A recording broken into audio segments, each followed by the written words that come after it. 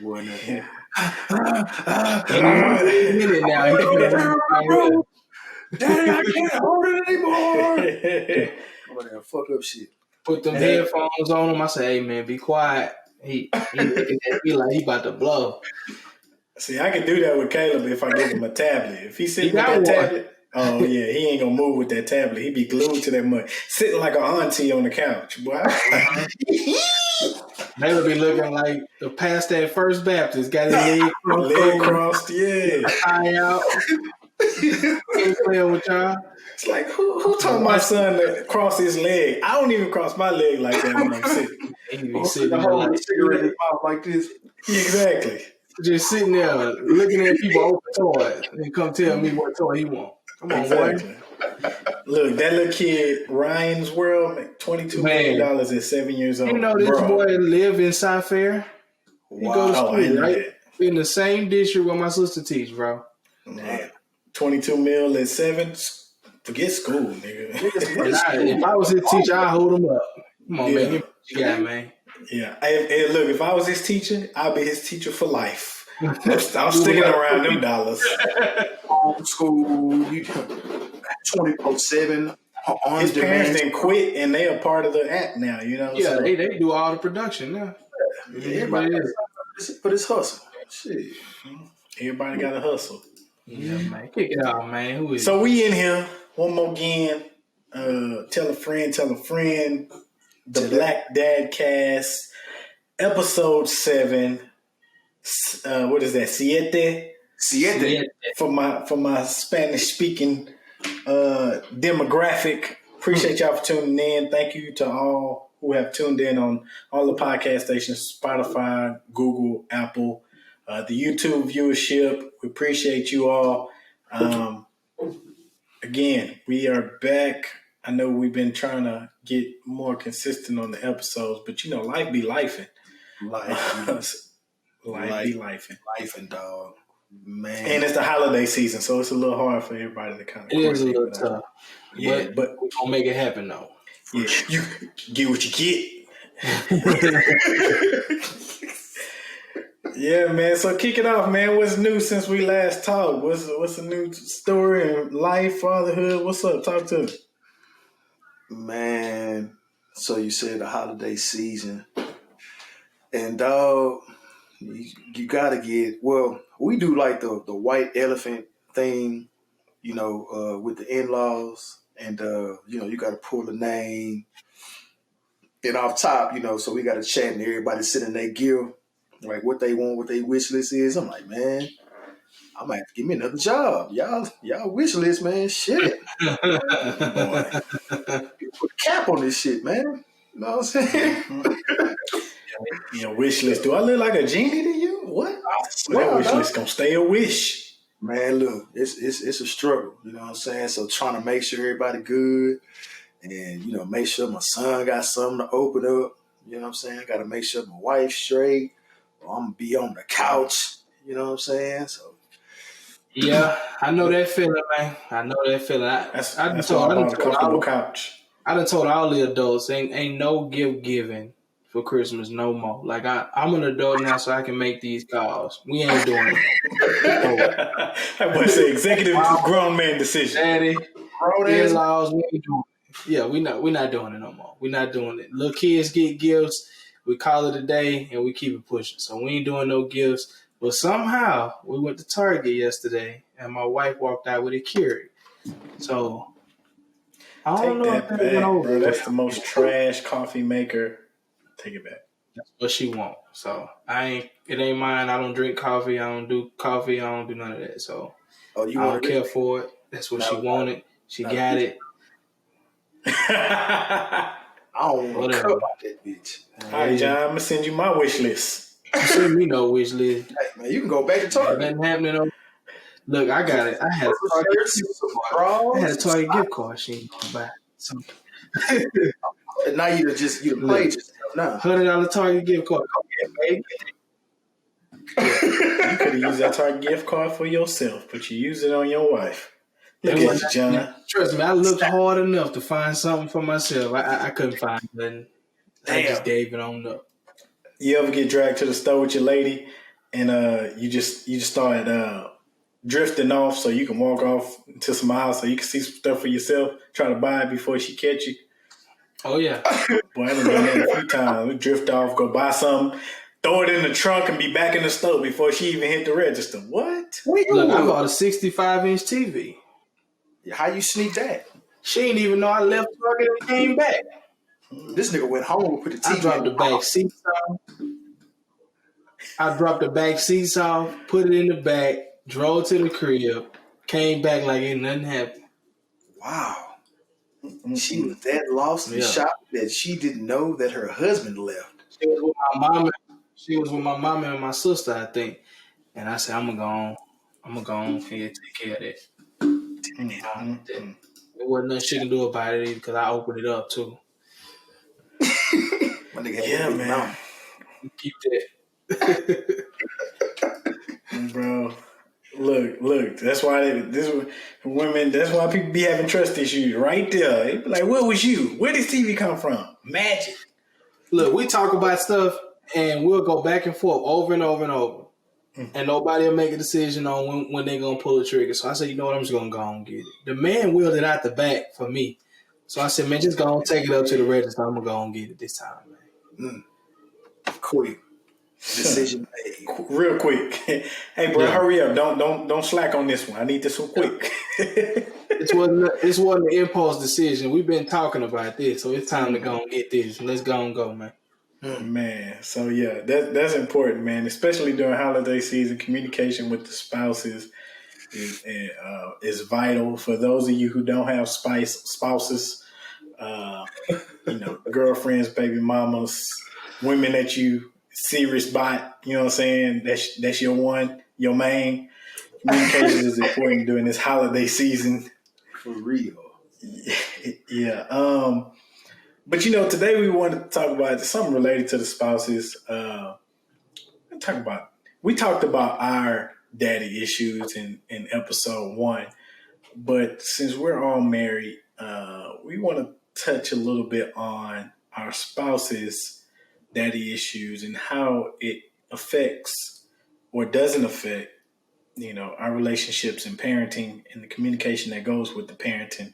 And not to say that every one of our spouses has daddy issues, but if they do, we can talk about those experiences and share. Because I think I think the people want to know. I think everybody got an issue, and it could stem from a parent. I believe the reason why is because we're all human. Right. You know what I'm saying? There's no perfect dad, even though there are some dads out there that are great dads, but we've all made our mistakes. Hell, we making mistakes now. You know what I'm saying? Even though our kids don't know it, we are making mistakes. So there's no perfect dad. So there is going to be a form of an issue. So this episode, it might get a little touchy for you ladies. But at the same time, this is the truth. We're going to talk about this stuff just as much as we talked about ours, because I believe this is going to help, not only the fellas, but it's going to help y'all too, man. And I truly believe we can speak on that because of the topics and conversations that we have in all our spouses in our bed with pillow talk and, from what we hear from other family members and things like that too, man. So I think it's going to be real helpful for some people. Cool. And all the ladies that want to throw in the Firestone comments, we welcome it. After you finish the episode, go ahead and shout us and get to us on the social media. We'll be waiting and expecting to hear from you. We love you just the same. Right. But has your spouse ever said anything related to that they have daddy issues or some type of torn relationship with their father? Yeah. It was recent. Well, my wife came. I was like, I had it. I think it took a while for her to get to that point to want to talk about it. But when she did, it was like, man, I'm dealing with shit, that stems from our relationship, and it started making more sense for me. You know what I'm saying? Like, oh, okay, that's something to work with now. You know what I'm saying? Because you get to a point where you playing the guessing game. You know what I'm saying? Like, damn, okay, what's what's going on here? Like, what took place for her to react like this? Mm-hmm. You know what I'm saying? Like, before I had this information, like, damn, kind of spazzed on a nigga real quick. Like, damn, what'd I do? Hell, Thought everybody was eating the chips. I thought everybody was eating the chips. Nigga. So, we had the conversation, and you know, to her credit, got to a point to where she was able to discuss that with me because I had issues where being transparent wasn't like I wasn't like forthcoming all the time. You know what I'm saying? Then you kind of work through that stuff, you get more familiar and all that shit. So yeah, man, it came to me like, hey, I'm dealing with this. You know what I'm saying? Like I still had shit I'm trying to work through. So yeah, definitely, working through it, trying to maneuver and day by day what's going on and all of this shit. So we trying to figure it out. You feel me? Yeah. Yeah, man. I think my wife has never said like, I got daddy issues. You know, I need you to talk to me about them. You know, like I don't think many people are gonna come out like that and say it. But you know, the more and more you're with your spouse, the trust level increases. Mm-hmm. Even prior to marriage and then post marriage, it continues to increase. So I think the more and more you have those conversations and you're open and candid about your issues, they're going to be more open and candid about theirs. Yeah. And my wife has, been openly expressive more and more about some things. And it's that fine line, as a man, as a protector, Right. to say, all right, you want me to go talk to him about it? We can fix this real quick. You know what I'm saying? Is it Like, smoke? yeah, like, you feel this way? Or is it, oh, babe, let's, maybe it wasn't that way, or maybe it was this, maybe it was that. You know what I'm saying? So it's kind of like you're trying to figure out, you don't want to be the problem solver all the time. You might just need to be an ear here and there. So you really got to kind of figure it out, play it, by the conversation, by the topic, by the situation. You just never know. You know what I'm saying? And I believe that all women have minor issues to major issues. And if you're with someone, that you trust, love, and can share a life with, you should be able to share these things with them. And I think, the communication level, will help it be better. Yeah. Yeah. Yeah. Yeah. My wife, she's fortunate enough to have two dads in her life. And so, Mine too. yeah, so her biological dad is around and talk to him all the time. But he wasn't in the house from when she was an early age, and then her stepdad, who she also calls her dad, both of them walked her down the aisle. Sentimental moment. But he's always around. Like she can go to him and talk to him and open up to him, and it's beautiful to see her be able to do that with him. But we had a conversation at one point, and it was, she kind of started to express a little bit how her and her dad's relationship was rocky for a while. Her biological dad, it was rocky for a while, and I think that it kind of helped us that her stepdad was in the play, because it kind of helped mitigate some of those issues that she probably would have dealt with on a deeper level had he not been around and be that positive father figure and be there for her for everything, since she was 10, 11, 12 years old. So that's a positive. So I don't know if she has specific daddy issues, but she has issues with her dad. That makes sense. Yeah. I just to piggyback off that, because my wife's situation is very similar to yours, except my wife, so she has a biological father who's there now, who's around, and she has a stepfather who she calls dad as well. Same thing, both of them walked her down the aisle, so same situation, with the exception of her stepfather was there since she was 6 months, so basically he was in the house her whole life. And as she continued to grow up, she was around her biological father's family, but she felt that he wasn't always around. So she was around the aunt and the grandmother and the cousins, but not dad. You know what I mean? And she felt some resentment towards that. Like, why is it everybody else can play a part, but not you? And I think a lot of times, with that happening, you start to have these ideas and thoughts in your head. Well, maybe he don't, want me. Maybe he never wanted me, or maybe this or maybe that. And those conversations started to come up more and more often. And I was able to kind of let her know, like, hey, you don't know what he went through as well. Mm-hmm. You know what I'm saying? Like, that caused this to maybe, have an effect on him. You don't know the relationship between your mom and your biological father and how that, might have affected him. Not saying or giving him an excuse, because Right. that's no excuse. But at the same time, you just have to understand all roles in the party, and gather ideas and thoughts from that. So I think a lot of times when people have like these ideas in their mind, we run with them instead of talking to the person. I think the good thing about having a spouse is that now you have a person to bounce these ideas off of and give you better, advice versus the ones that's floating up in your head. Yes, sir. Yeah. So do y'all feel like you are similar or have similar traits to your wife's father, and that's maybe a reason why she gravitated towards you? Or is it like you nothing like this nigga? Like you the exact opposite. That's why she gravitated towards you. Oh yeah. Yeah. There's I did research this before you hop in, Ryan, because I know you got something to go off of that too. My face. Yeah, it's written there. It's all over. I want to throw these out here because I did a little research, so I got a little something. Signs of daddy issues. Okay, here's a couple ones that were on the internet from multiple different websites. Choosing to always date older dudes, so looking for acceptance and validation from an older man. She's jealous or overly protective, not wanting you to hang out with that friend or be that person or things like that. Or don't like your sister or your mom or stuff like that because they want you to themselves. She needs constant reassurance of love and affection. She wants you to say I love you all the time or bring her flowers or whatever. You know what I'm saying? Stuff like that. This one, I'm not too...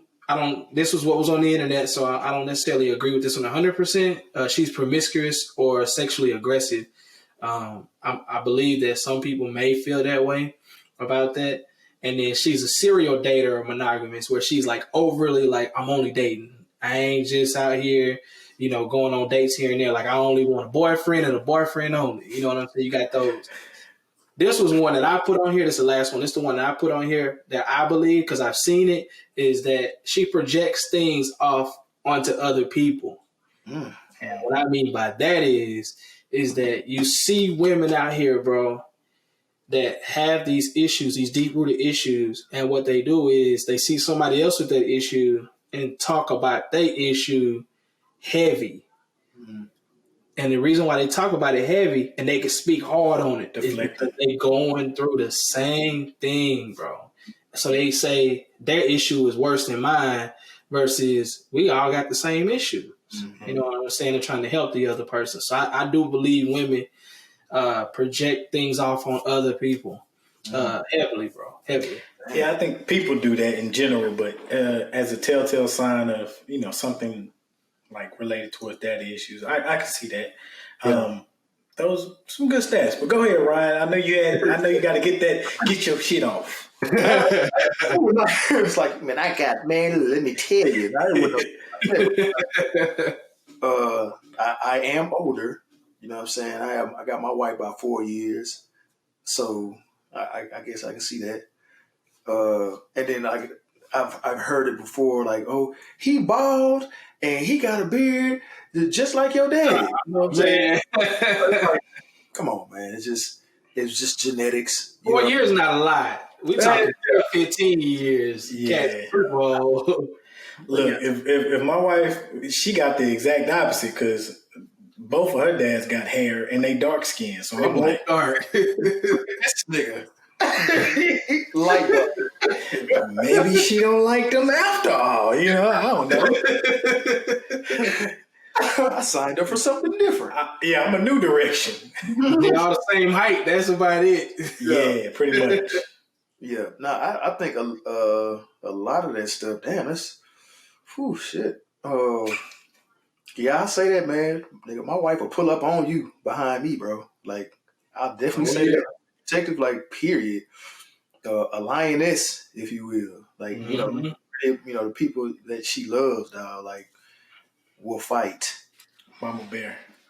Like, Yeah. through and through, dog. Yeah. Will fight. I'm talking about, do you want to catch a square over here in this area? Because we can, you know what I'm saying? Man, that shit crazy. Yeah, and I think my wife is a little bit. Hers manifests a little bit differently. You know, she's a big heart, Mm, caring. She's very in tune emotionally, so mm, she she takes in a lot of things and internalizes a lot of things and tries to process it there before letting it show. yeah. And so I think she's tried to bury a lot of it a lot of times, especially when we're having conversations, because that's been her way of coping. Um, or she just figures it out on her own. Even if it's not buried, she's just trying to figure it out on her own.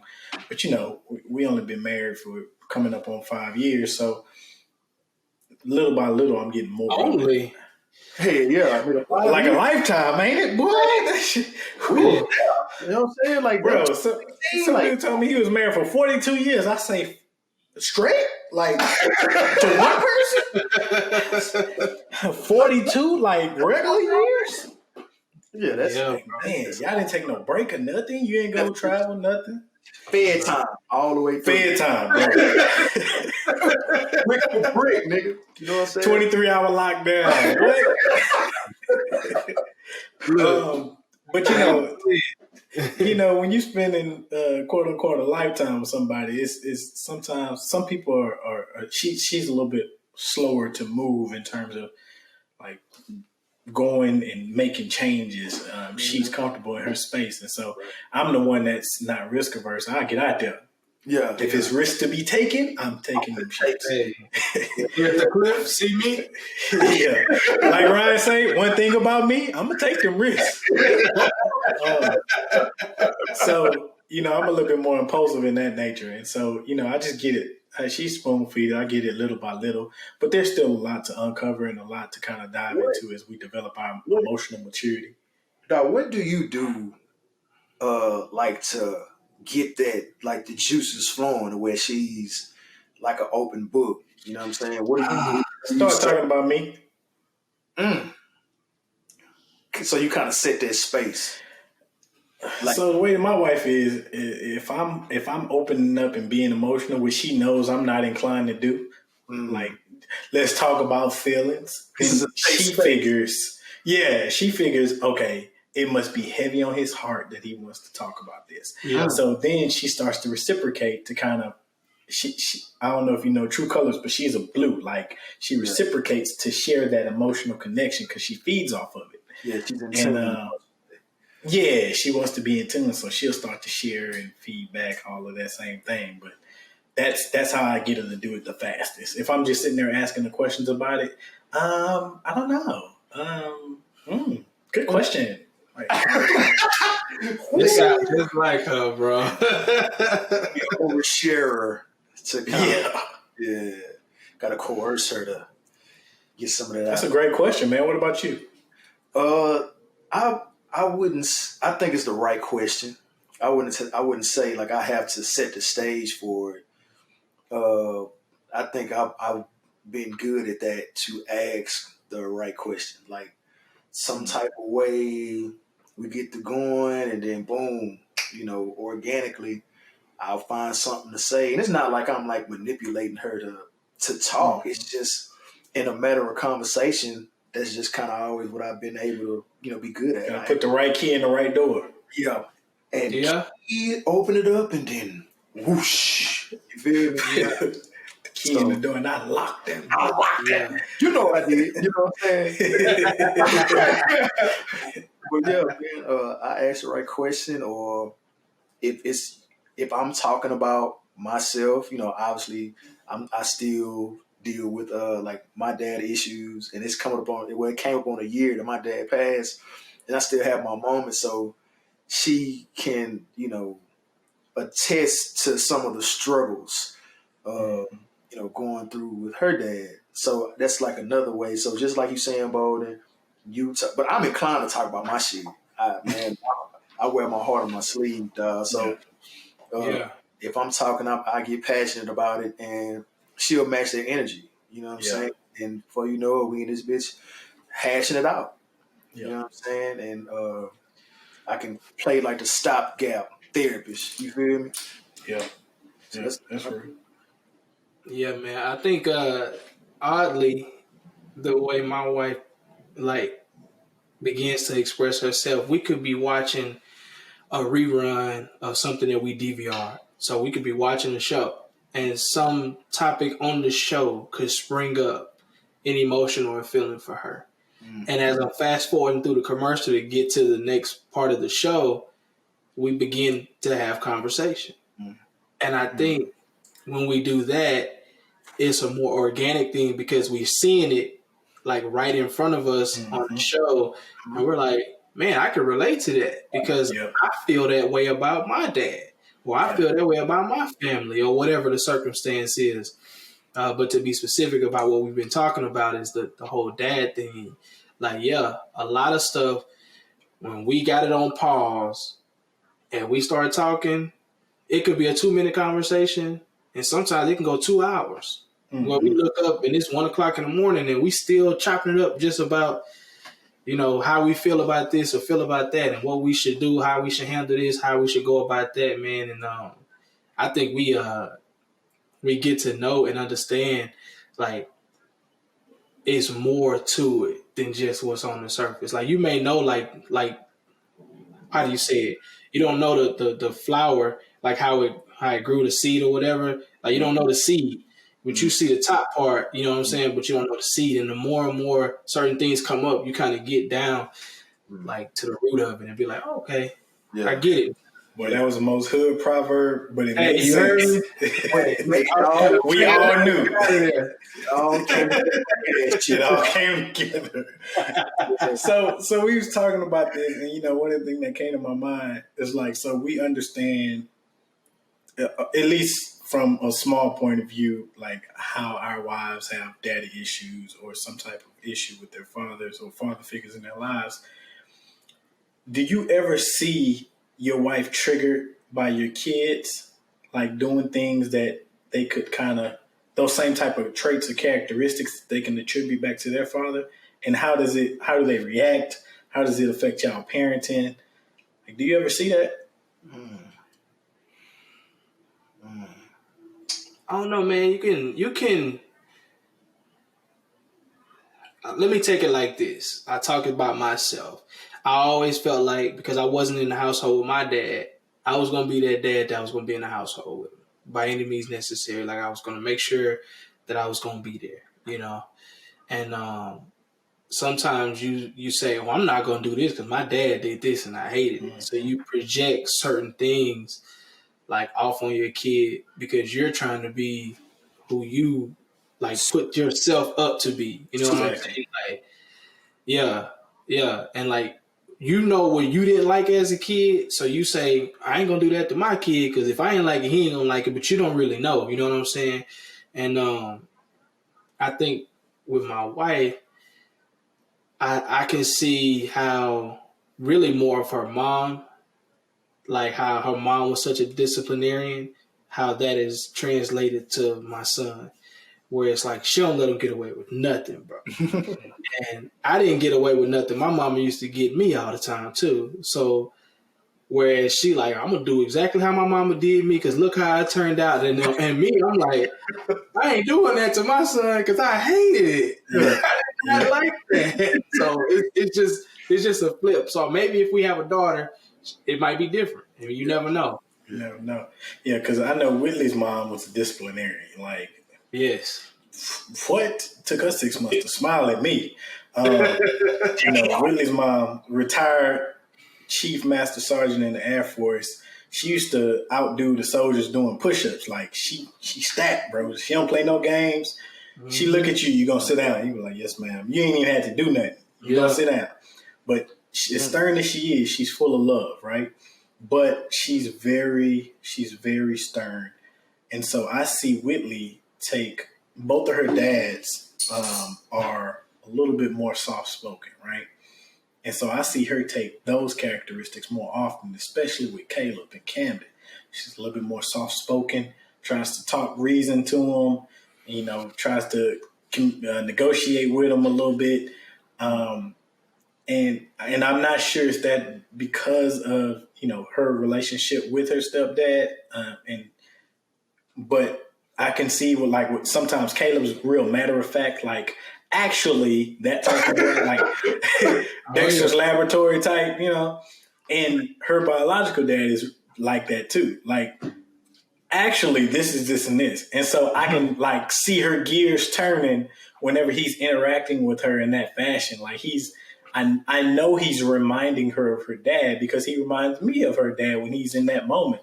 So it's interesting to kind of watch her and just be like, okay, how is she going to interact? Is it going to trigger her? Is it going to make her just like, okay, interact with her in a way to steer him away from those actions, or does she accept it? Like, it's always interesting to watch her do that with him. Shit, man.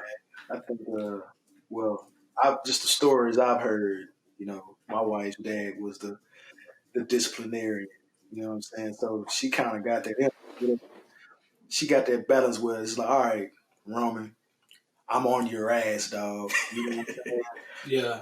And then she'll switch up and then take on, some of her mom's, softer side, because I see how her mom is with Roman. And so she got that balance. You know what I'm saying? But that streak is in her for sure. You know what I'm saying? Yeah. He dead on Roman ass. Yeah. That's good stuff. So, I mean, do y'all think that? I mean, we all have boys, right? Do y'all think it would be any different? I know John touched on it a little bit. Do you think it'd be any different for you, Ryan, if you had a girl? Yeah. In what way? I watch my brothers. My oldest brother, he got 2 girls. My younger brother got 2 girls, and them niggas soft, dog. And so it's capital T, soft. Marshmallowy. You know what I'm saying? It's gonna be the opposite. It's just how it's gonna go. You know what I'm saying? It's just the nature of it. I think I'll be more inclined to let my daughter get away with more shit. Cause I be on Roman ass too. Like, so we kind of play off, but I'm the one that's gonna be. I'm gonna try not to be that dad, like the super disciplinarian. Mm-hmm. But I think I'm gonna be the one to take the lead on it. You know what I'm saying? But when the little girl get here, because I feel like the next one gonna be a girl, it's just it's just the way of the Don't do nothing to her. Yeah. You don't put your hand on her. She did nothing wrong. She did. I'm talking, told the whole house up. Yeah. It's okay. She just, you know what I'm saying? So I know it's going to be like that. Like, I'm just getting myself ready for it to be wrapped around a little finger. You know what I'm saying? It's going to go. I know it'll be different over here. I know for a fact it'll be different over here, dog. Like my wife, like, as we're talking about wanting to have another kid and practicing and everything, like she practice. Yeah, like that kissing. I did kissing. Talking about practice. Not a game. We talking about practice, okay? Mm-hmm. But yeah, I do believe it'll be different though, because she's already like, when I have my daughter, I got a best friend for life and all this and that. And I'm like, well, what about your son? He already here. Yeah. He gonna go off and marry some floozy lady in his life. He ain't gonna be worried about me. I'm like, why you gotta be a floozy? So I do believe it's gonna be different, man. But I do believe, with us having our son first, it gave us good balance, and I believe it's gonna show us if we're blessed enough to have a daughter, it's gonna show us how to, give and take a little bit. Because with our son, we're more inclined, to be a little bit harder on him because I just don't believe in like being super soft on the son. I'm not saying like beat him down for every little thing because that's not the style for me. But I do believe you got to train him up so that he can be a leader of a family down the road. And I believe there are some things he just can't get away with that your daughter probably can. Like there are certain things that I will instill in him over time that I won't do that with my daughter. And that's just facts. You know what I'm saying? Like they not the same. I'm going to teach them both to be independent and be able to live, without us because someday we will leave. You know what I'm saying? And I want them both to be strong enough to, stand on their own and do what they got to do. But I do believe for sure it'll be different though.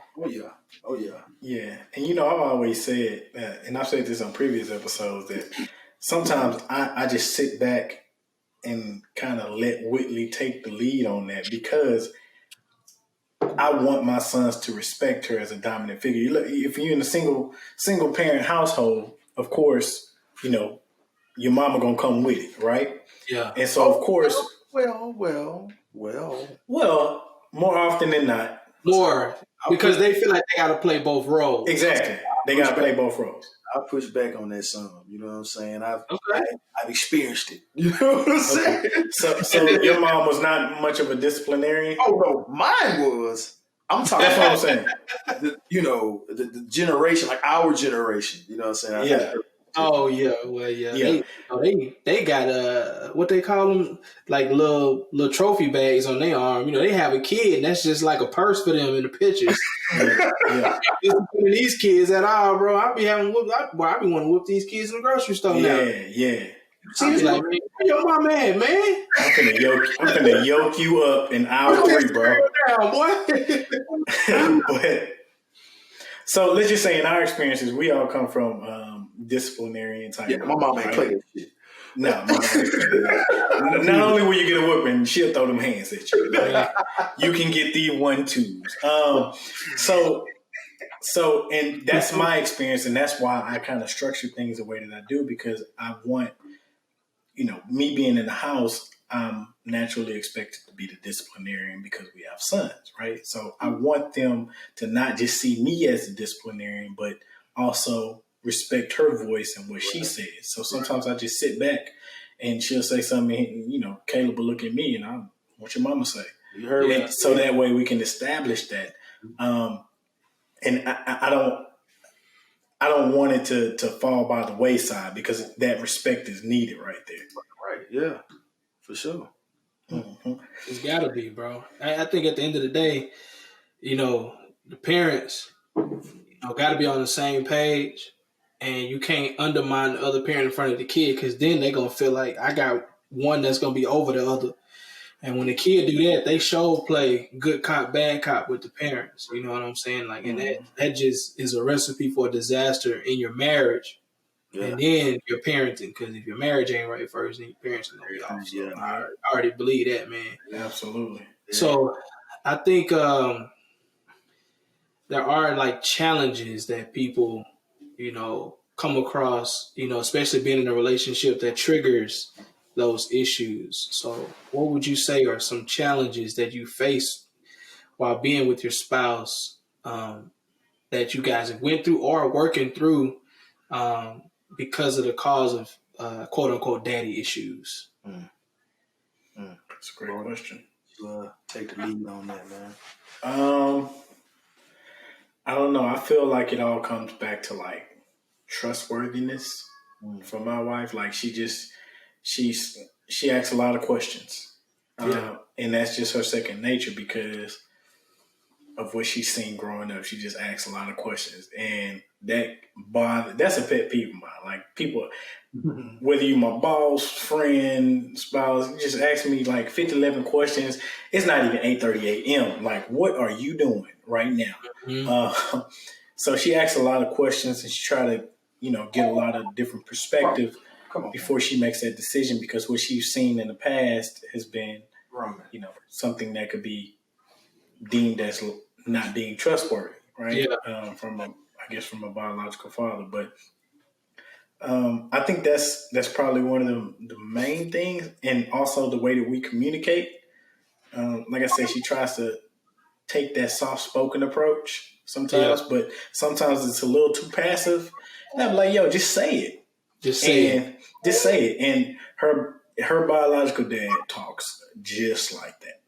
Like he will talk in code all day. You're like, well, if we can go to the SpongeBob. I'm I like, hate that, bro. I absolutely hate that. I'm sorry, come again.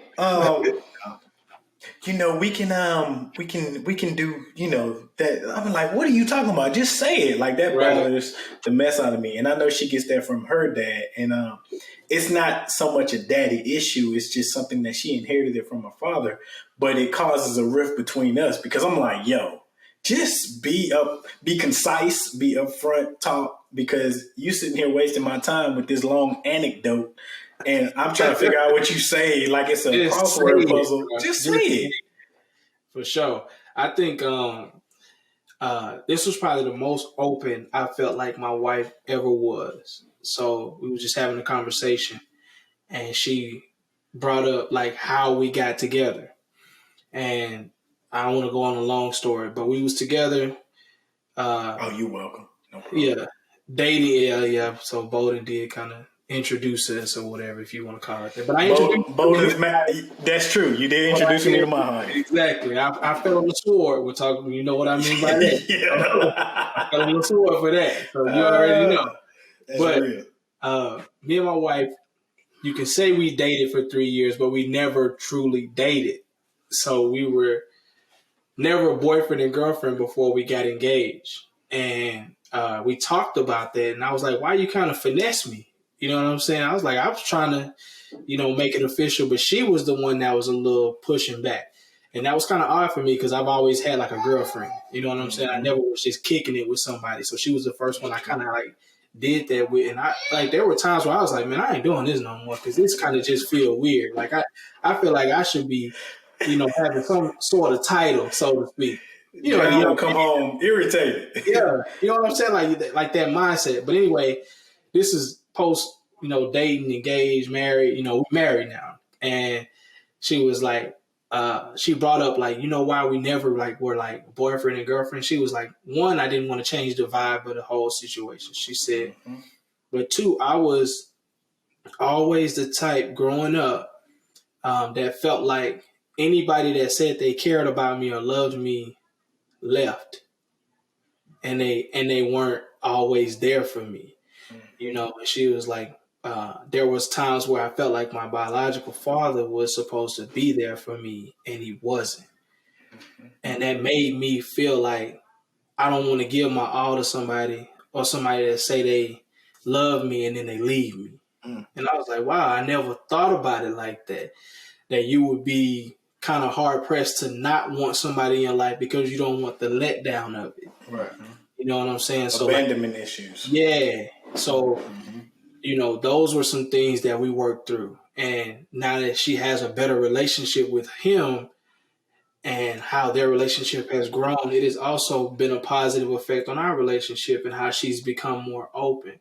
Yeah. So whereas she has her, her stepfather who she calls her dad, she has her dad who's been there since day one, is like, you can't tell her nothing about him. Like Mr. Nate can't do no wrong in her eyes. Like, he used to sing and sleep at night, and he never gave her a whooping. Like he was that. Like his little bonus checks when he was working, he would give them to her, and she go get whatever. Like that's the dad she had, But she always felt that void of her biological father not being there, and it came off on me where it was like, I don't want to give you my heart because you could take it and run with it, And I was like, dang, that's, like, that's pretty deep. You know what I'm saying? Like, I never thought about it like that. And, like, luckily I stuck around and, almost 7 years later, I'm doing my time. Yeah. I can piggyback off that for sure, man. Like I guess they, the old cliche, the old adage is opposites attract. I'm gonna give you the benefit of the doubt, right? I'm gonna give you that first chance. If you do something to mess over me or whatever, I know how to move. My wife, that guard is up off top. Like I'm not you got to show me something first. You know what I'm Yeah. saying? And John, just like you said, as far as like the abandonment issues, she had to deal with some of that too. You know Yeah. what I'm saying? So off top, nigga, like I ain't letting nothing slide. Yeah. You know, sometimes to a detriment, because I'm like, man, look, don't everybody mean you harm. You know what I'm saying? Yeah. But if it's something that you know you go through and it changes you in a way, it's kind of hard to go back to that, you know, that innocent, naive self that you were. You know what I'm saying? So I had to tell her like, look, everybody not out to get you. You know Yeah. what I'm saying? And even now, she kind of looked like I don't know. She on go all the time. Yeah, and Chin that's up. for real. So, and that's like the plus. I know for sure if I'm the one that's gonna be like, all right, what you talking about? She gonna be right over my shoulder, like. Yeah. Yeah. So you know, it's a good and a bad thing, obviously, but it's a byproduct of you know what she dealt with the scene with her dad. So it's just trying to channel that for good. You know what I'm saying? Knowing when to use that, when to have your guard up, but nigga, guard up all times. Fighting. You know what I'm saying? So it's just a matter of like trying to dial it back, you know what I'm saying, when she got with me because it's, you know, like, man, hey, we on the same team, we on the same page, and I need you I wouldn't that's I don't want to make it seem like, but kind of I would act accordingly, but that's not like the verbiage I want to use, but you know what you know what I'm getting at, like I'm not the one, you know what I'm saying, I'm not the one that's gonna like the reason for you to have your guard up, you know what I'm saying. Right. I can definitely say, you know, she's getting to a point where she can, you know, fully, you know, believe that I'm saying like what I'm saying, like, all right, this the gospel. Like this nigga not just saying like no bullshit. You know? Yeah. You know what's crazy? Like what you just said at the end was what I was thinking. I was like, we as people in general, we have our issues. And then when you go deeper into like the whole marriage spouse thing, like we have our issues, but we can't live our life to fix their issue. Like we have to be the best version of ourselves, you know, and they have to What cooking, learn man? to accept that. Why this nigga's in the kitchen? That bro, like that's the one thing that took a while for me to understand because I felt like in the beginning, oh, I can fix that. Don't worry about that. I can do that. You know what I'm saying? Don't worry about that. I got that. And then I started realizing, like, dang, she not getting me. She getting what she was trying to get 10, 20 years ago that I can't never replace. Right. I can't ever go to your high school graduation, which, you know, her biological father missed. You know, I can't ever, you know, take you to your high school dances or stuff like that. Like I can't be that. You know what I'm saying? I can only be me, and I can only show you what I got for you. You know what I'm saying? And that's like, I feel like that's gonna benefit you way more than me trying to fix that. Yeah. And you know what's crazy? And that makes a whole lot of sense. But, you know, mine was the exact opposite because, you know, Whitley grew up with her stepfather who was there every step of the way. And he's, you know, so caring and soft-spoken and always there to attend when she beefing with her mama. You know how teenage girls are. They beef with their mama. Oh, She yeah. beefing with her mama. That was her safe space, right? Yeah. And so their relationship, she kind of came into our relationship with like that expectation of me having that same temperament. And I'm like, you wrong. Like I'm gonna love you, support you, and give you everything that you want, but I'm not gonna like treat you like, you know, he treats you. Like Right. And we've had conversations about that to be like, look, I know you come from them side of the tracks, and I know you come from this.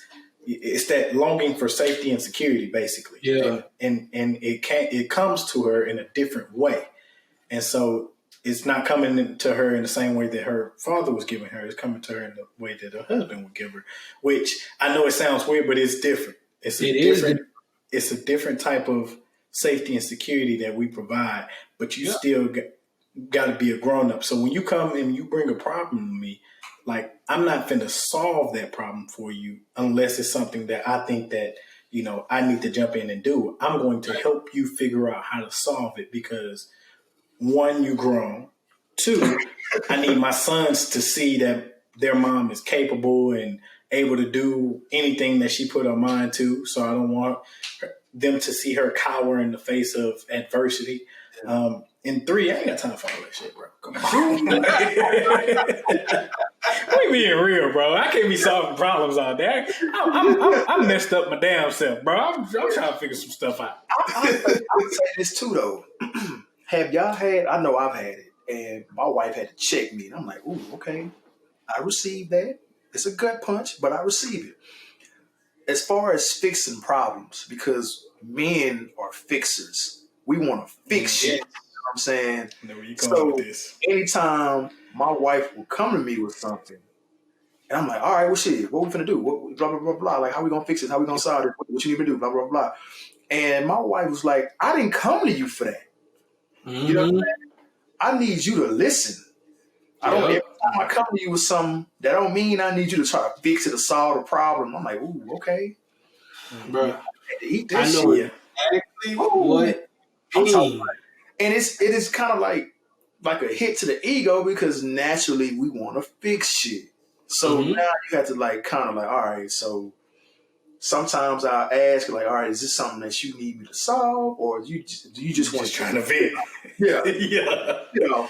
Or sometimes I just sit and wait, and if she say you ain't gonna say nothing, oh, okay, all right, that's my that's what this is. Okay, I know where we in now. I'm caught up. I got it. Yeah. So I'm caught up, baby. But that's something too. You know what I'm saying? I've definitely gotten way better at it, but in the beginning, all right, you come to me with it, I'm about to fix all of this shit. Don't worry. Yeah. You know what I'm saying? Yeah. I struggle with that too in a big way. Yeah, bro. It was we did so it's some couples that we are close with, and we did like a couples devotional on the Bible app, and there was a day on there where the topic was, "Did you hear me or are you helping me?" That's what it talked about, and it was one of those things where my wife had said it multiple times, especially the first 2 years of our marriage, because before you come off as the person that's trying to fix everything, it sounds like your life is perfect to them. You got all the solutions. You got all the answers. Yeah, you just missed the perfect. Go ahead. As my wife says, I got a takeover spirit. That my wife used to say that about me too, and I have worked very hard on trying to just sit back. Kind of like what you said, Ryan. Like, oh, okay. You want me to say something? This is my cue. Oh, this is my turn. My line? Yeah. Okay, give me a second. I'm processing. What I heard you say was... Yeah. But hit the mirror action on it. Yes, he did, yeah, bro. Real professional. Yeah, so I agree 1,000%, bro. Like that wanting to fix things. And I'm going to say this. Not every man is made to be a husband, bro, because if your first reaction isn't to protect your wife, maybe you're not with the right person, or you shouldn't. I thought you were about to say with the white person. I was like, wait a minute. Like, no, they ain't. You ain't with the white person, brother. Oh man! Stares Dr. Umar Lee. Nah, that's a bar. Yeah, you may not like that's how I feel, though, man. I feel like every man's natural reaction with the woman that they love is to try to fix it, is to try to step or what they say, stand in the gap. But you learn as you grow. Like, man, they just really want to just get some stuff off, right. And you just got to be there to hit that thing, man. Exactly. But don't it frustrate you though? You just listening, and then at the end it's just no solution at all. And you just feel like my struggle is I feel like you just wasted all my time. So you don't want nothing from me? Yeah. So you just want me to listen, and at the end you just wanted to vent, and you still have a problem, and you don't have a solution for that problem. Like, why are you talking to me? I go to get confused. like, and I'm trying to get better at it, but it's just like it's there's some dissonance there with me. Like, you know how you see a round peg in a round hole, you like, I want to put the round peg in a round hole. You bringing me a square peg right now, and that just do not fit. But you know, again, I messed up too, so I'm thankful for my therapist. So we working. Yeah. Dealing with that, my therapist told me you always want to be in control. You want to control how people react. You want to control every aspect of everything, and you right. Type A, huh? Yeah, it's trying to. I'm learning to acquiesce for sure. You know what I'm saying? Yeah. Cede control, if you will. You know what I'm saying? Yeah. You know, it's crazy. I'm becoming more type A as I get older, because I used to be more go with the flow. And it was certain things that I really had to have control of, like certain topics or certain niches that I really had to have control of. But now, and this is, me and my therapist talking about it, is because I feel like I have more to lose. So I feel more vulnerable, like I'm higher on the mountain in terms of where we started, you know, growing up, and really didn't have much to lose. And now I have, you know, work, family, kids. I have more to lose, so I feel like I have to put my hand on more stuff in order for us to maintain the status quo. And she hit me in the throat with that one. I was Sometimes okay. it's hey, like I said, man, you whooped my ass today. Yeah. You know what I'm saying? Yeah. If you talking about being a therapist, man, like, so we talking about standing in the gap. So when you feel like your wife is having something that triggers her, what do you do to kind of subside, you know what I'm saying, those triggers? You know what I'm saying? Y'all get what I'm saying? Yeah, I get what you're saying. I believe that every situation is different. There are some small triggers where just I love you, baby. You know what I'm saying? Like, there are some like that, and then there are some I'm ones sorry. yeah. But there are some other ones where you really got to kind of take measures in your own hands. So, how my wife and her father got back on better terms, even though they were already working on it, she had a situation where she got into it with her family. My initial reaction was, okay, I'm sick of this.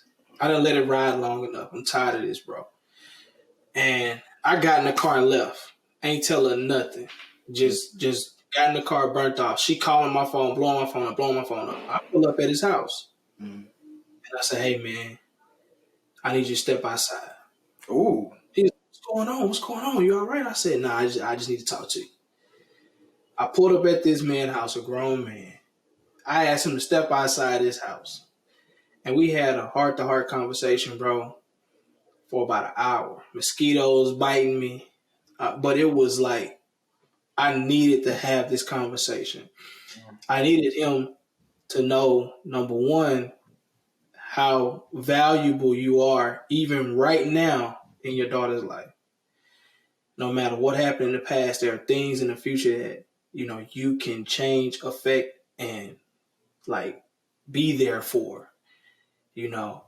And that he also knows that he has somebody that's in the bed with her that's in all corners that's positive, bro. And I think sometimes people, you know, if they have this negative thing, they think everybody's against them. And I don't know if he was like that at that point in time, but when I had the conversation with him, he looked at me like, dang, I never had nobody tell me this, like this. And if I didn't take that initiative and get over there, bro, and have that conversation, I felt like the relationship was going to still be give and take, push, pull. You know what I'm saying? Like, it wasn't ever going to get like, all right, let's turn the page and let's start a new chapter. You know, so it really does depend on the situation, because there are some where I'm just like, all right, well, you know what I'm saying? I hope you figure that out. Best of luck to you. And then there's others where it's like, you know what? I'm not listening to what you got to say on this one. I'm taking the lead on this one, and I'm gonna do what I got to do for my family, man. Because it's bigger It's bigger than me. It's bigger than me. No The situation is the boss. There you go. Yeah. Situation is the boss.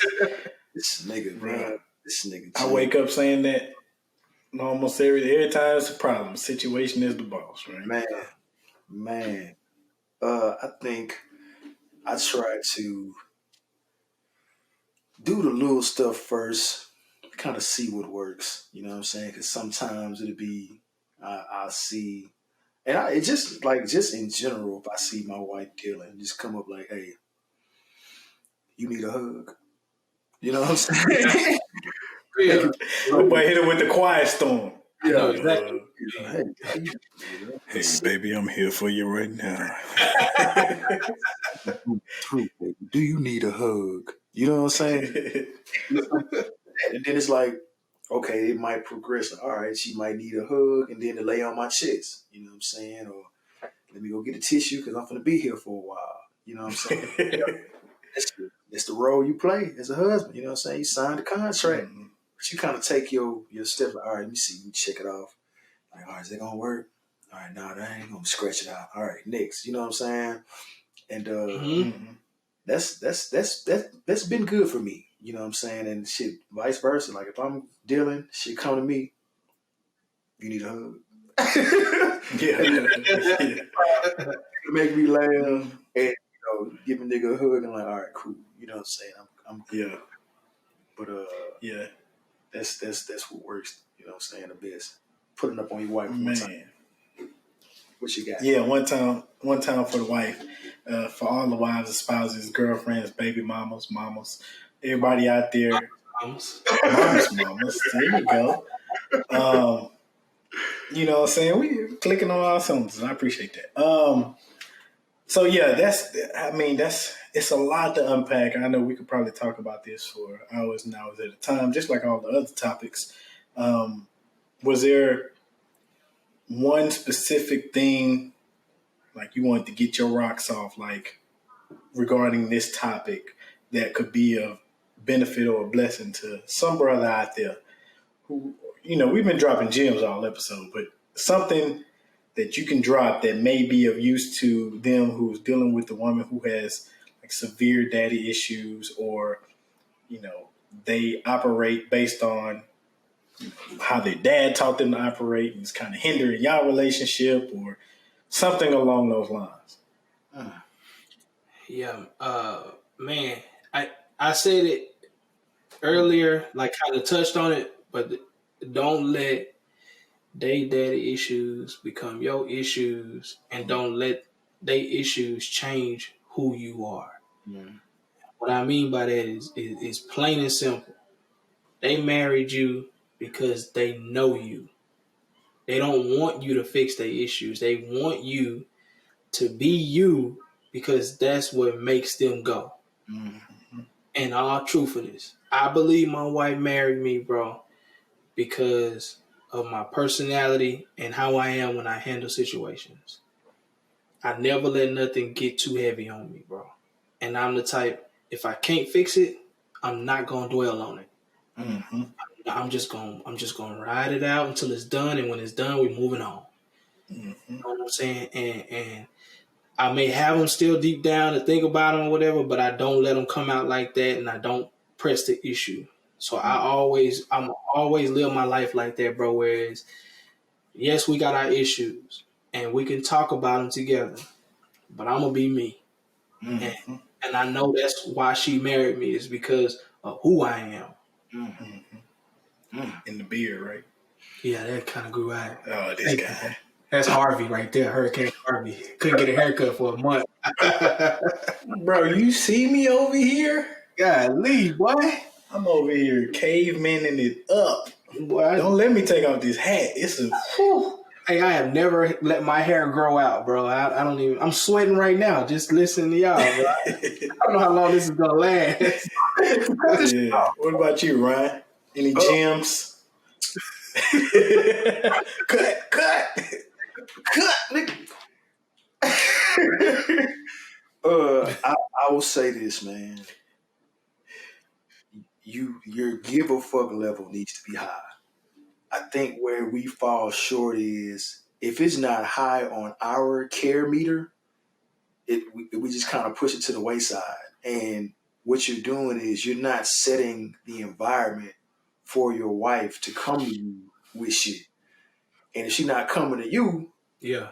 you setting the stage for somebody else to have her ear. You know what I'm saying? Or giving her an ear or whatever. Or Mhm. might be giving her something else. You know what I'm saying? You bullshit. But that's yeah. You catch that on your way home. But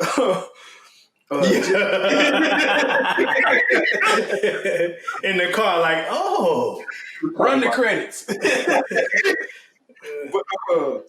because I had that problem before, and I think maybe I've gotten to the point where I've set the stage, I've set the environment to where my wife can come to me and say, "Hey, this is what I've been dealing with," and now it helps, because she's in therapy as well, to where she's able to come to me and talk about this stuff. But in the past, it was like, this shit is not a big deal, and so if I'm taking that approach, like I told y'all before, my heart is on my sleeve and my emotions are on my face. So how I'm feeling, you gonna see it.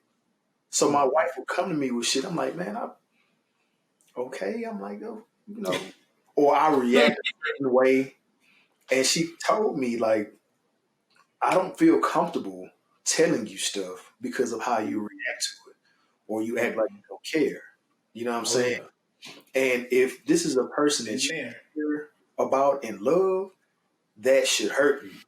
You know what I'm saying? You should give a fuck about that.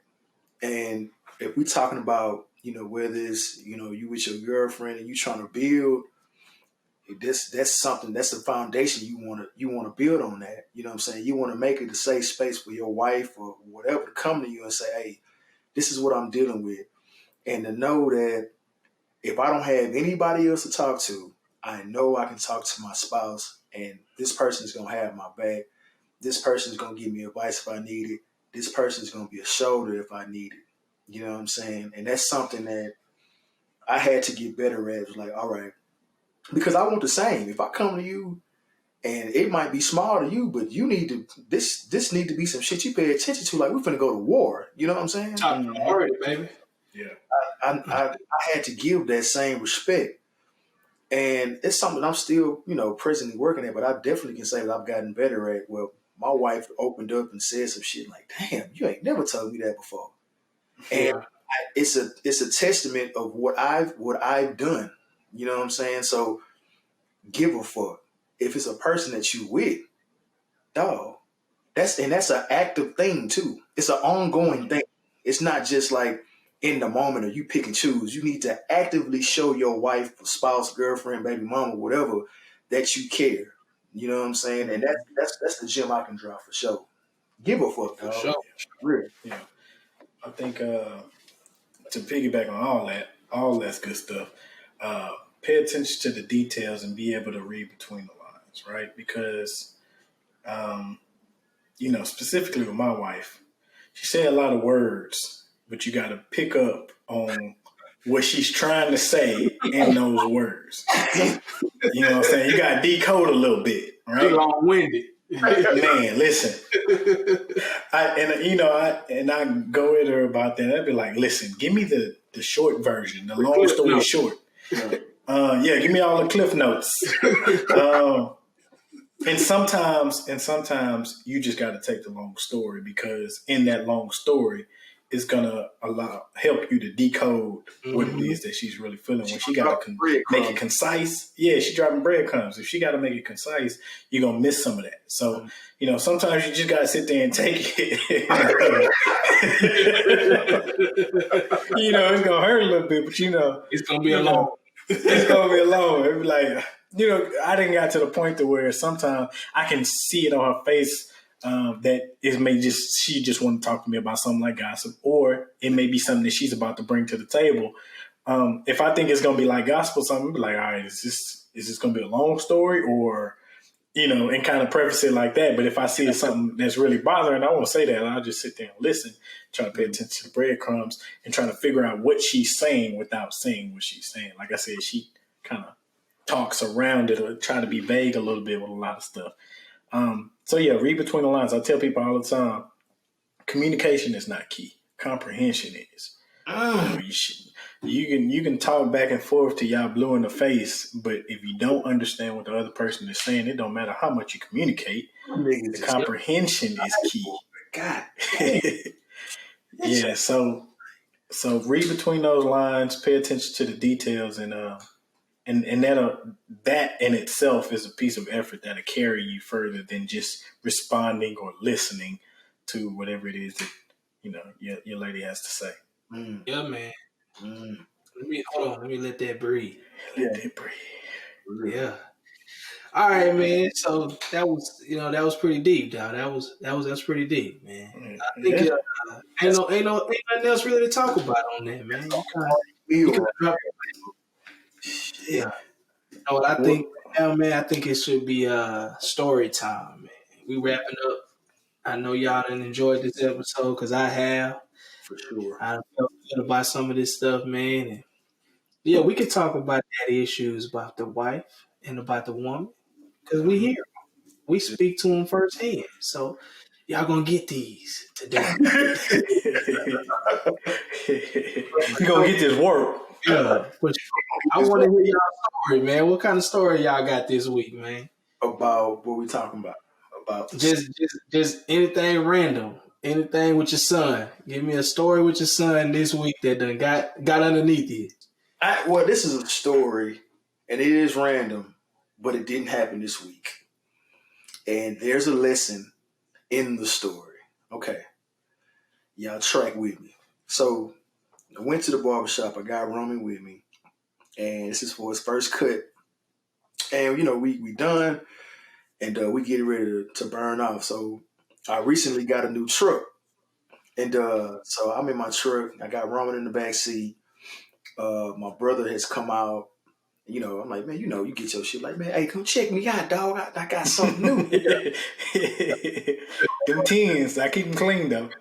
I'm clean. You know what I'm saying? So I'm in front of the barbershop, and I got my passenger window rolled down, and I got my back window rolled down. And I'm talking to my brother, and another one of my partners walked up. And so I'm talking to my partner now. My brother is entertaining Roman in the back seat. And a bee flies in my truck. And I'm in here like losing it. Because I got a conditioned response to stinging insects. You know what I'm saying? Bees, yellow jackets, wasps. I don't do none of it. You know what I'm saying? I'm rock with spiders. Hey, and that too. You can kiss my ass, but I'm trying to get away. You know what I'm saying? The bee is in my truck. And the bee is flying around Roman, and Roman has his hands up, and the bee is just flying around him, and Roman is just intrigued, and he not. I'm over here losing my shit. And I'm telling Roman like, don't move. But Roman like, man, you tripping? This bee lit. You know what I'm saying? The bee flies out, dog, and the nigga crisis averted. You know what I'm saying? But the lesson in that is I want him to always be fearless. You know what I'm saying? Because fear is taught. That's a conditioned thing that you're taught. And in all things, I want my boy to, I don't know what failure is. I don't know what fear is. I don't know what none of that is. I'm going to go out here and whatever I want to do, and I'm going to go out here and do it. Like, I don't know what the repercussions are going to be. I'm not concerned with them. You know what I'm saying? Mm-hmm. And that's just a quick little tidbit that kids don't know this shit until you teach them that. So I always have him to, be brave and not teach him the spirit of fear or let him dream, let him be naive in that regard. You know what I'm saying? Like life done handed me L's, and where I look at stuff a certain way, I don't want that for my son. You know what I'm saying? Yeah. I want him to be fearless just like how he was with that bee. You know what I'm saying? Yeah. That was my story, dog. That boy, every time he do something, he amazes me. In one way or another, you know what I'm saying? 2 years old, and he teaching me about shit, and I'm relearning stuff. you know what I'm saying, to not have a spirit of fear. At 32 years old, I had to relearn that lesson, and I got that from my Yeah. mom. Yeah. Yes, sir. Man, for me, I keep a story on deck.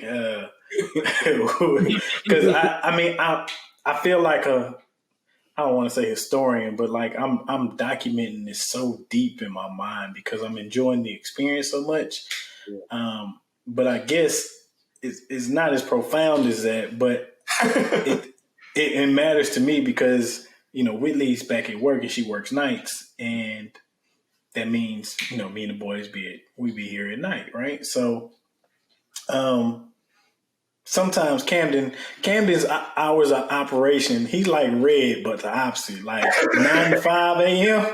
Those are his office hours, right? Especially between 11 and 3.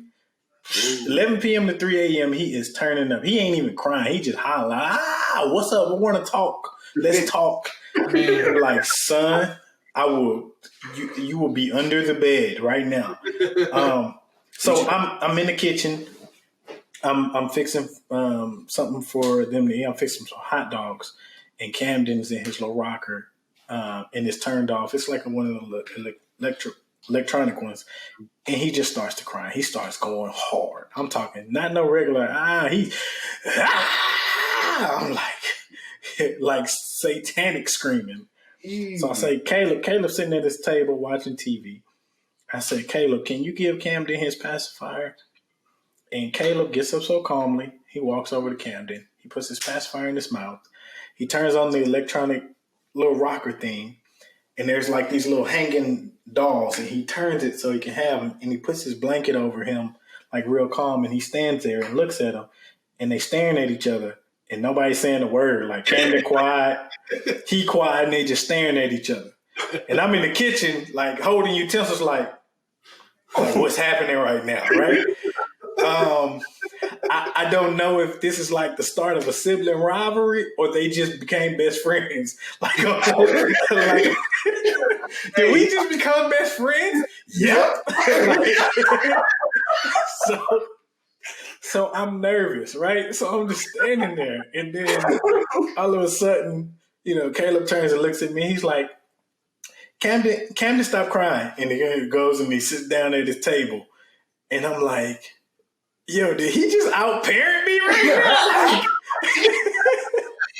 Yo, my dude. Yo, run that back one more time. Oh, and you know what it did for me? Like it sent some sweat to my eyes a little bit, and but it was I appreciate and I love that they're forming this bond, bro. I can't even put it into words how much that means to me that they're forming this bond, and the fact that Caleb is so willing and ready to take on that big brother role. That's tight. And even though he may not understand it fully, like he's doing actions that really constitute him being a guardian big brother. And man, I just love seeing that stuff. That's dope. Bro. That's tight, bro. That is real tight. It's like that. I just watched Free Willy with Baylor, and that was that moment when the little boy and the whale looked at each other. So I'm glad. Did we just become best friends? Okay. So yeah, I can see that. You know what I'm saying? Yeah, I can see that. With Baylor, even with Michaela, Marcus' daughter. Yeah, they come over. He is like everything he doing pauses. I gotta go entertain Michaela. I gotta make sure she having a good time. I gotta make sure she's smiling. I gotta give her my toys. I'm gonna have to let her smack me around a little bit because she's kind of figuring everything out. Like he loves that. But to get to my story, man, this is I told you I've been disrespectful. I just said this. And now we've reached the Baylor disrespect.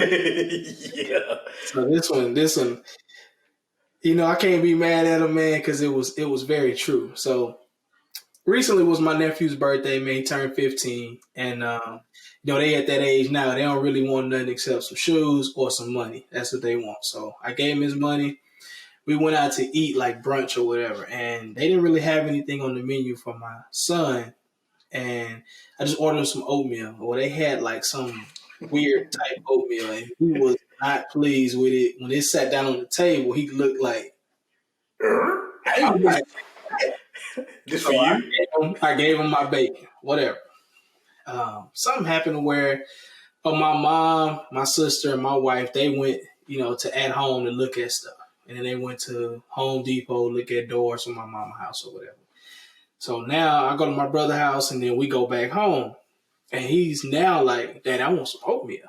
So I'm like, okay.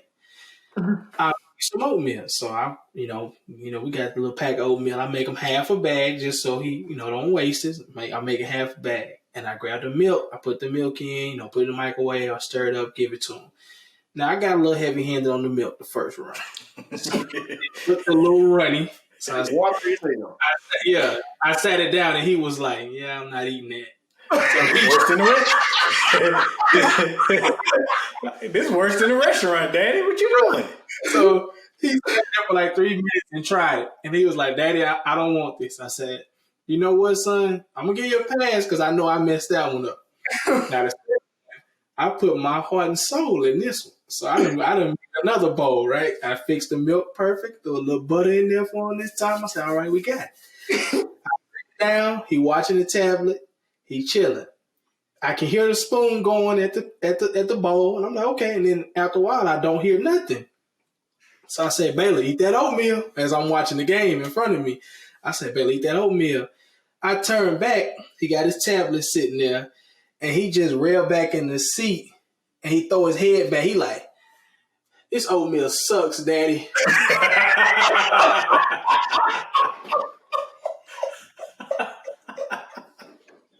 Yeah. Yo, man. He got to get a job. Man. Come on, man. It's time to go, man. You got to get up out of here. Where your mama, dog? I'm sick of these, bro. Oh, man. When keeping it real goes wrong. One day I'm going to take over this house again, man. I keep saying that, but it's going to happen. My dog say, this oatmeal sucks, bro. He said it, man, every single time, dog. Yo, this little kid do some stuff, bro. I be like I told y'all, I be wanting to whoop him, but I know it'd be funny. I'm like, man, he got me. The last time he told me, go on, keep eating your food, Dad. That one there. Say, go ahead, Dad. Turn around, man. Keep eating your food.